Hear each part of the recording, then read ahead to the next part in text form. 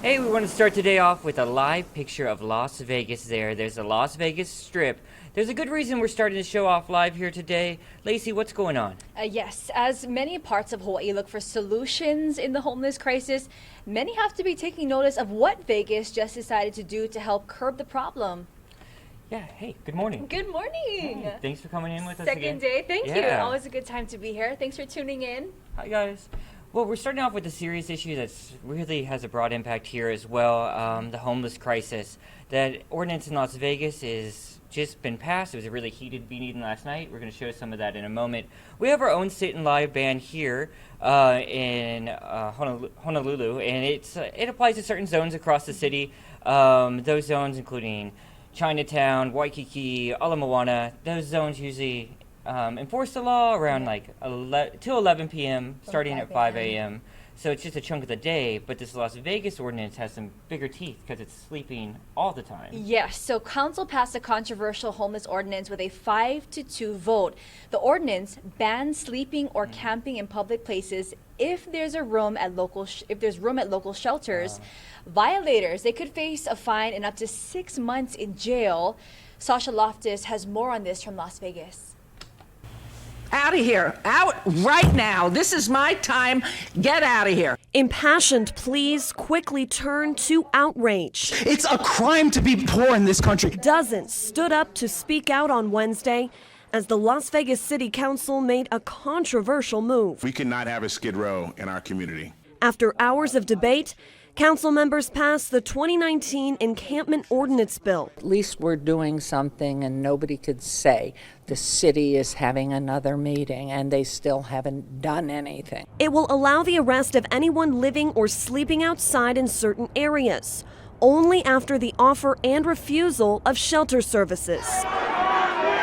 Those for it say it gives our homeless community more options to get help, while people against it call this criminalizing poverty, citing a lack of available resources. There are people that are working, sleeping in cars, sleeping in storage units, and trying to get through it. But though these opposing views clashed with so much conflict, some we spoke with hoped to put their differences aside. It's like they didn't even listen to us, and that was very disappointing. And come together to make this city better for everyone. While this isn't the step that I would take, it's still a step. All right. That was a heated meeting there. Sorry for that little bit of feedback. Heated meeting there. This sort of looks similar to some of the city council meetings we've seen here. There's heated arguments on both sides of this debate. Yes, well, this specific measure applies to the city's urban core and not the Vegas Strip because a different jurisdiction oversees that tourist-heavy area. But homelessness is such a tough topic to cover, especially because it hits so hard at home here in Hawaii. Yeah, and then I know I've been to Vegas many times. You guys on Sunrise were just there. You do see the homelessness around. It'd be interesting to see how this plays out there at the Sin City. Yeah. All right, let's move on to another story. Vice President Mike Pence is sounding off today. Yep, he's traveling to New Hampshire to file the ticket for him and President Trump to be on the ballot in New Hampshire. After filing the paperwork, Pence spoke to reporters about the ongoing impeachment inquiry in Washington, D.C. I'm very proud of the way we've stood with Ukraine against Russian aggression. But in all of my discussions with President Zelensky, we focused exclusively on President Zelensky's efforts to end corruption in Ukraine and also enlist more European support. But look,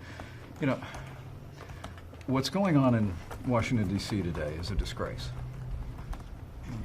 Behind closed doors, there's a so-called impeachment inquiry that I think the American people know is nothing more than a partisan impeachment. And it's the latest effort by Democrats to try and overturn the results of the 2016 election.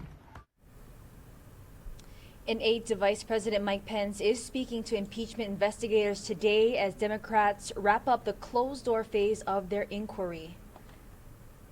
And as we take a live look at Washington, we've learned former National Security Advisor John Bolton failed to show up for an interview with impeachment investigators, making it unlikely he will provide any testimony to the House about President Donald Trump's handling of Ukraine. New developments there every day in that ongoing story. A story I personally haven't gotten an update on in a while, and it was one of huge national interest and interest here at home, the vaping deaths and sicknesses. I know Yes. you got an update on that, right? Yep, in fact, the number of vaping-related lung injuries has soared to over 2,000.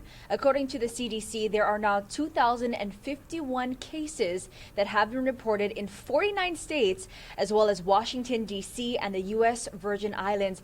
That's an increase of 163 cases just from last week. So far, 39 deaths have been confirmed in 24 states, as well as in the nation's capital. According to the report, most patients have reported a history of using THC-containing products. Now, statistics from the State Department of Health show 1 out of every 6 public middle school students in Hawaii has used an e-cigarette. That's crazy. Whoa. The figures 1 are in 6. worse in high schools. 1 in every 4 high schoolers have vaped. In comparison, less than 5% of adults are using e-cigarettes in Hawaii. So far, there have been 2 confirmed vaping-related illness cases in Hawaii.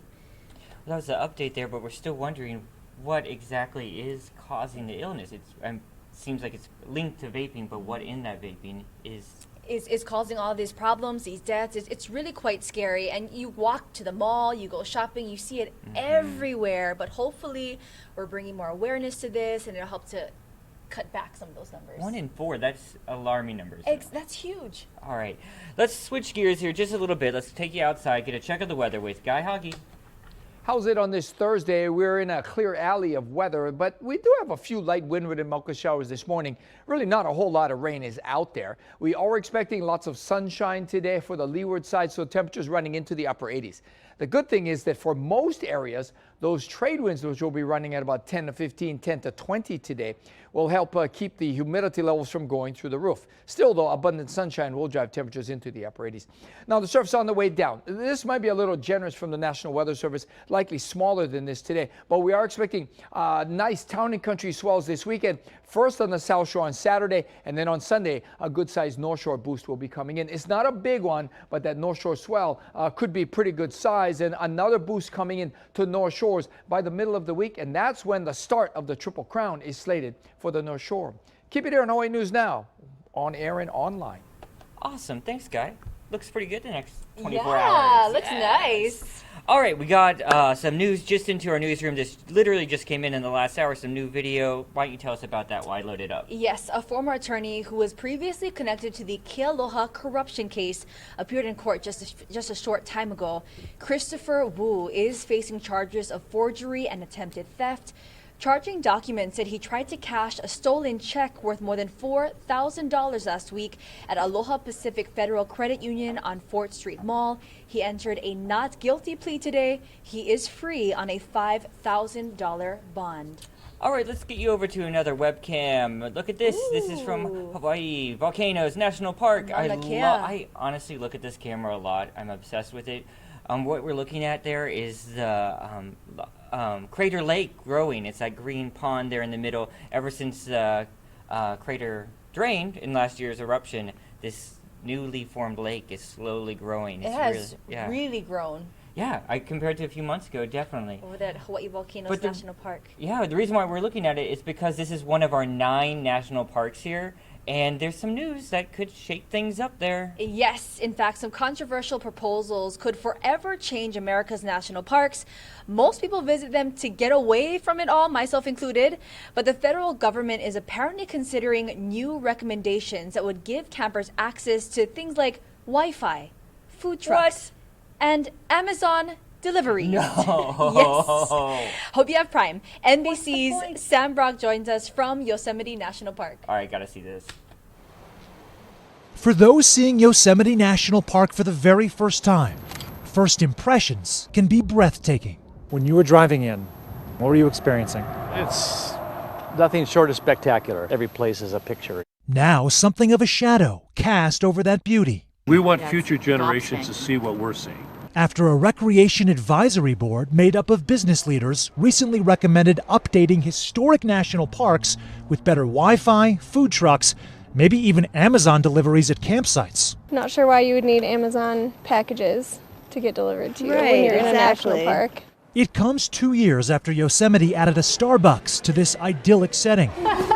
Catherine Combs, fully caffeinated and visiting with 4 children, admits it's nice. I don't like the idea of a Starbucks, I guess, in nature, but I just love that it's here. The delicate balance between climbing into nature and keeping up with the times is something Yosemite tour guide Scott Gurman knows well. We don't want too much commercialization, but the idea of looking at local businesses to come in and support the large demand within Yosemite, I think that's a creative solution. The National Park Service says it's keeping its options open. In a statement, the agency said it's reviewing the recommendations and will only take action if they improve the visitor experience, protect national park resources, and are prudent investments.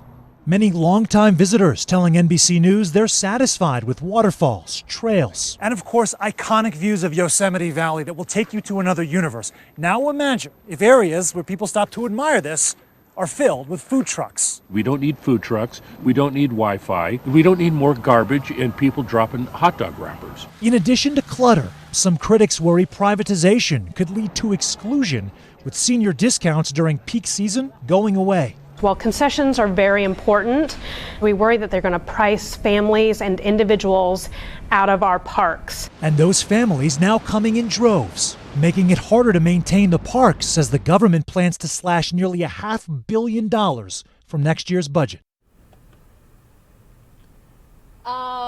You don't need Wi-Fi to have a great time in the outdoors when you're camping. No, what's the point of camping? And wait, how do you order something off Amazon? And have it delivered. Yeah, This is- yeah. Oh my god, That I cannot wait to see how this one plays out. Defeats the whole purpose of being in the wilderness, being in the outdoors. Are you a camper? I love camping. Are you a camper?